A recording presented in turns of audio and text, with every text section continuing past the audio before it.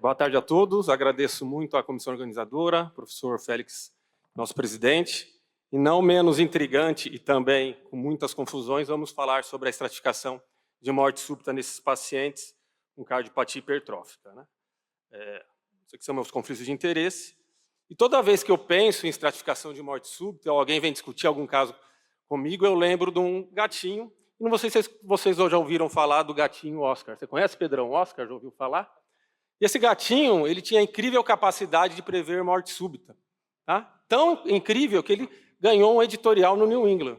E como que era que esse gatinho fazia? Ele morava numa instituição de idosos nos Estados Unidos e ele ficava circulando ali, né, era idosos já em cuidados mais terminais, cuidados paliativos, ele conseguia prever qual o idoso que ia morrer. Quando ele entrava dentro do quarto do idoso e subia em cima da cama, poderia ter certeza que ali seria caixão em vela preta, poderia já chamar familiar, começar a organizar o funeral, e ele era muito mais assertivo do que os médicos do próprio serviço. Tá? Isso é tão verdade que ele conseguiu lá identificar mais de 25 residentes ou pessoas que iam ter morte súbita dentro das 24 horas. Né?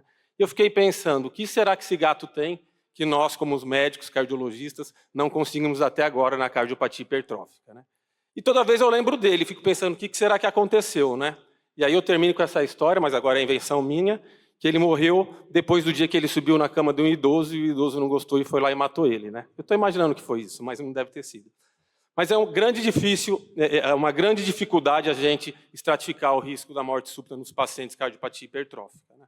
A história da morte súbita na cardiopatia hipertrófica iniciou mesmo junto com a descrição da doença, como o Wagner mostrou, por esse médico patologista forense lá da Inglaterra, onde ele examinou corações de jovens, 8 jovens que haviam falecido de morte súbita, e quando ele abriu o coração desses jovens, ele descreveu ali como uma hipertrofia assimétrica ou um tumor benigno responsável pela morte súbita.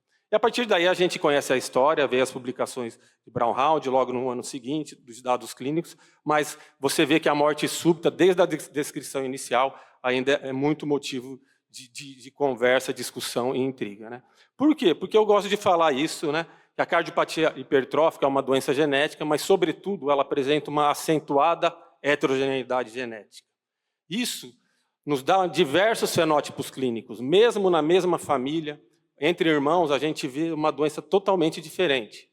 A gente sabe que a história natural dessa doença ela é bem marcada, e a gente vai conversar um pouquinho, mas essa doença a gente sabe que algumas vezes ela é imprevisível. Então, nessa doença genética, que tem diversos genes e várias mutações, conseguir condutas uniformes, onde nós vamos conseguir atender todos os pacientes, ainda é um desafio. Eu acho que isso ainda é muito difícil na prática clínica. Felizmente, nós sabemos que a cardiopatia hipertrófica é uma doença extremamente benigna. Como o professor Disseu mostrou no início da descrição da doença, em centros especializados e terciários, a gente viu uma mortalidade em torno de 3%. Mas com o tratamento atual da doença, a gente viu que essa mortalidade, essa doença tem uma mortalidade anual muito baixa e menor que 1%. Estudos mais recentes do professor Maron já mostram uma mortalidade menor que 0,5% em pacientes portadores de cardiopatia hipertrófica.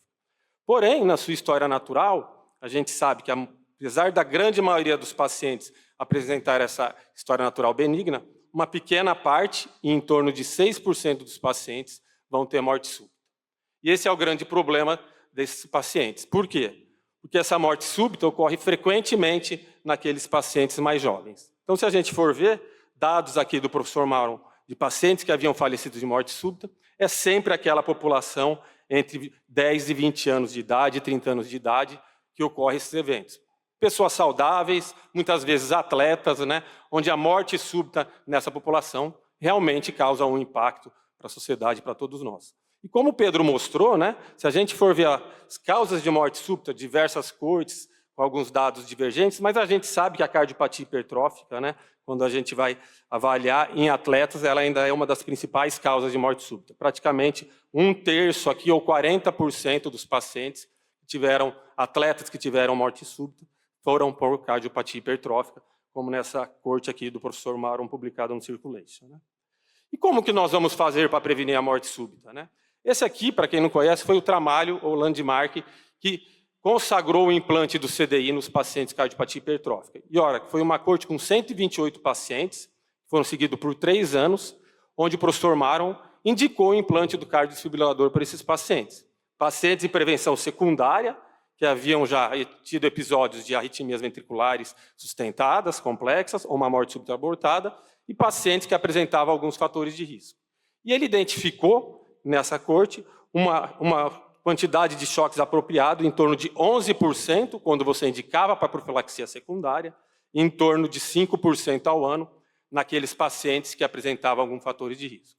E a partir daí, desse estudo, né, onde definiu que as arritmias ventriculares é o principal mecanismo para a morte súbita nesses pacientes, né, ele definiu que o implante do cardiodesfibrilador ele era efetivo e deveria estar sendo indicado nesses pacientes. Longe de querer discutir, né, se choque apropriado é ou não morte súbita nesses pacientes, é isso que a gente tem e é isso que a gente começou a realizar nos nossos pacientes. Então, se o problema é arritmia ventricular, vamos implantar CDI nesses pacientes. Mas nessa própria corte aqui do Dr. Mauro, ele mostrou que 25% dos pacientes, em 3 anos de segmento, né, lá na década de 2000, tinham choques inapropriados. E a gente sabe que essa complicação de choques inapropriados é um medo e é um problema que todos nós devemos pensar antes de indicar, né? Essa corte aqui da Clínica Mayo, né, lógico que é um estudo mais antigo, de 1988 em 2005, onde foram implantados 188 CDIs, num segmento de 5 anos, mostrou 36% de complicações, né, desde endocardite, sangramentos, pneumotórax, mas 23% dos pacientes que receberam choque inapropriado, com uma média de 5% ao ano, né? E quem nunca teve um paciente que tem um cardiodesfibrilador, que tem um choque inapropriado e sabe o que acontece do ponto de vista de qualidade de vida, do ponto de vista de complicações para esse paciente, né? Então, a gente sabe que os números atuais das complicações dos dispositivos são menores que esses, mas ainda assim existe.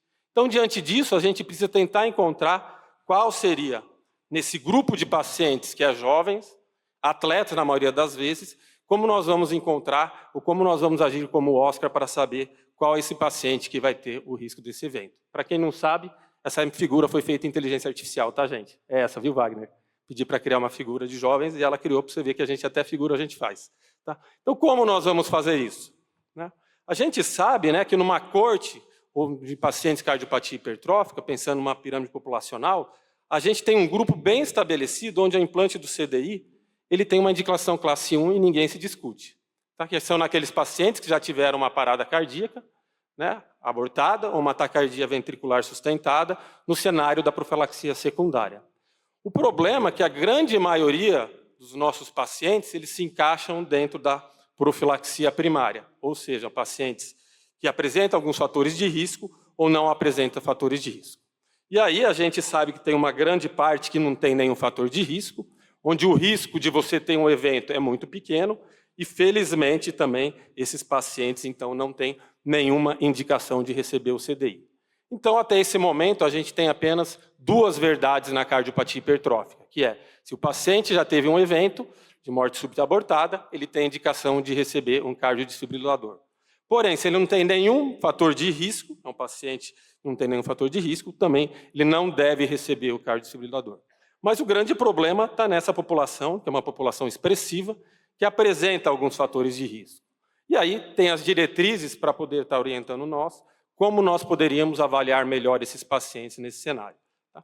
Tem a diretriz europeia de 2014, que foi atualizado, mas que não se mudou em grandes coisas, onde ela utiliza uma calculadora, e essa calculadora define para nós qual é o risco desse paciente em ter um evento em 6 anos, e classifica o paciente em baixo, moderado ou alto risco.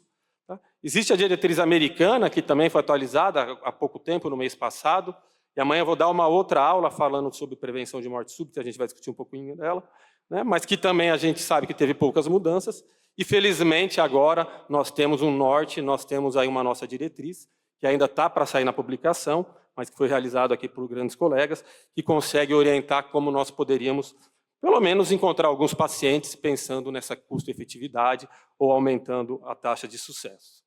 Se a gente for ver o que é descrito de fatores de risco para pacientes com cardiopatia hipertrófica, a gente encontra algumas diferenças. A diretriz europeia considera a história familiar, a presença da hipertrofia ventricular, só que aí ela considera em milímetros, ou seja, quanto maior a quantidade de milímetros você coloca na calculadora, ela vai te dar um valor.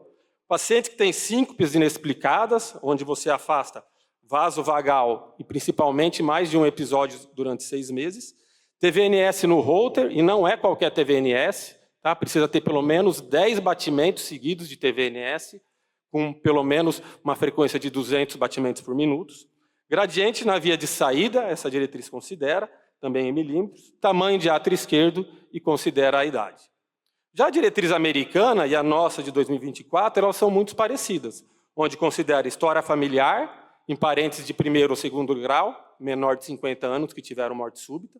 A hipertrofia na americana era um achado binário, se você tiver um septo ou uma hipertrofia de parede maior ou igual a 30 milímetros, seria um fator de risco. E a brasileira, ela reduziu para 28 milímetros, essa hipertrofia maior ou igual. Síncopes inexplicadas, a mesma coisa, TVNS também, e aí a diretriz americana considera a presença do realce tardio pela ressonância magnética, assim como nós, a redução da fração de ejeção, tá? E a presença do aneurisma apical, assim como nós também consideramos. O que a gente tem de novidade é a presença da idade, que é a nossa diretriz brasileira, onde ela conseguiu estratificar um pouco melhor. Ou seja, pacientes abaixo de 40 anos, entre 40 e 60 anos, e acima de 60 anos, para a gente pensar quem teria essa indicação de CDI. A atualização da diretriz americana nada mais é que ela define esses fatores de risco, ou seja, na presença de um fator de risco clínico, você já poderia estar pensando na indicação do CDI, porém, ela fala para você levar em consideração também aí a diretriz europeia e fazer uma calculadora. Ou seja, se você tem um único fator de risco, mas quando você faz a calculadora e essa calculadora dá um baixo valor, um baixo risco, você poderia pensar em não colocar o CDI.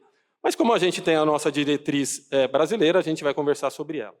Só para a gente ver como que é o nosso risco desses fatores de risco, né? Qual é a chance que esse paciente tem, tá? Quando você tem a presença desses fatores de risco. Então, o hazard ratio, aqui nessa meta-análise, foi publicado em 2010, mostrando que história familiar positiva, você tem um hazard ratio de apenas 1,2 ou 27 de risco para você ter uma morte súbita.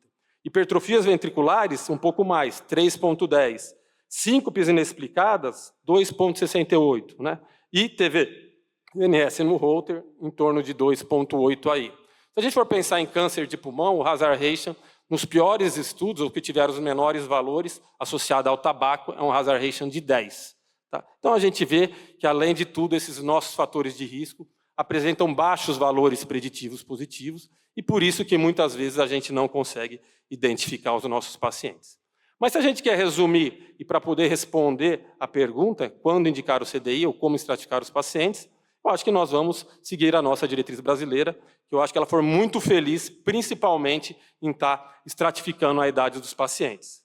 Naqueles pacientes que já tiveram eventos por profilaxia secundária, não existe dúvida, ele está indicado classe 1. Naqueles pacientes que têm apenas fatores de risco, como a gente já falou, aí o ideal é você avaliar a idade do paciente, e se ele tiver menos que 40 anos, o CDI ele é fortemente indicado, porém com nível de indicação 2A, não é classe 1. Se ele tem entre 40 e 60 anos, o CDI deve ser indicado, também com nível de indicação 2A, mas já não é fortemente indicado. E se ele tem mais de 60 anos, esse CDI pode ser considerado mais com uma indicação já 2B. Se ele não tem nada disso, mas tem TVNS no Holter, mas TVNS com mais de 10 batimentos e frequência acima de 200 batimentos por minuto, você vai ver a idade, pacientes menor que 40 anos também a gente pensa em indicar o CDI, como 2A, se ele for acima de 40 anos, 2B, talvez o CDI deve ser considerado.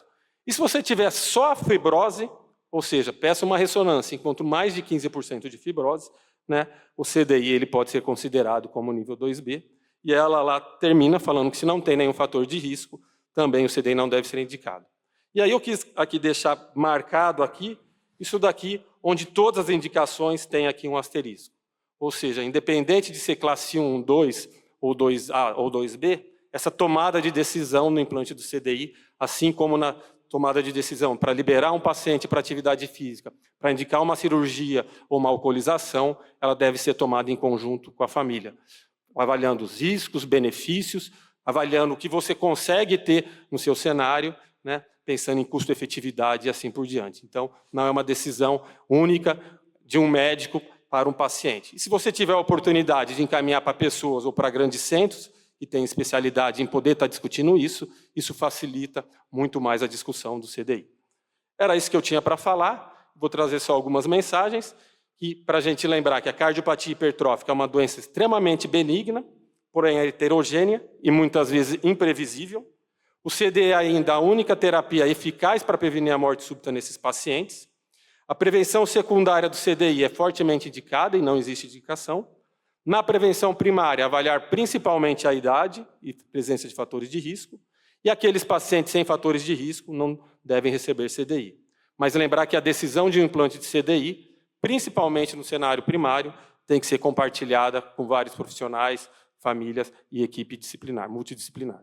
Agradeço demais e obrigado.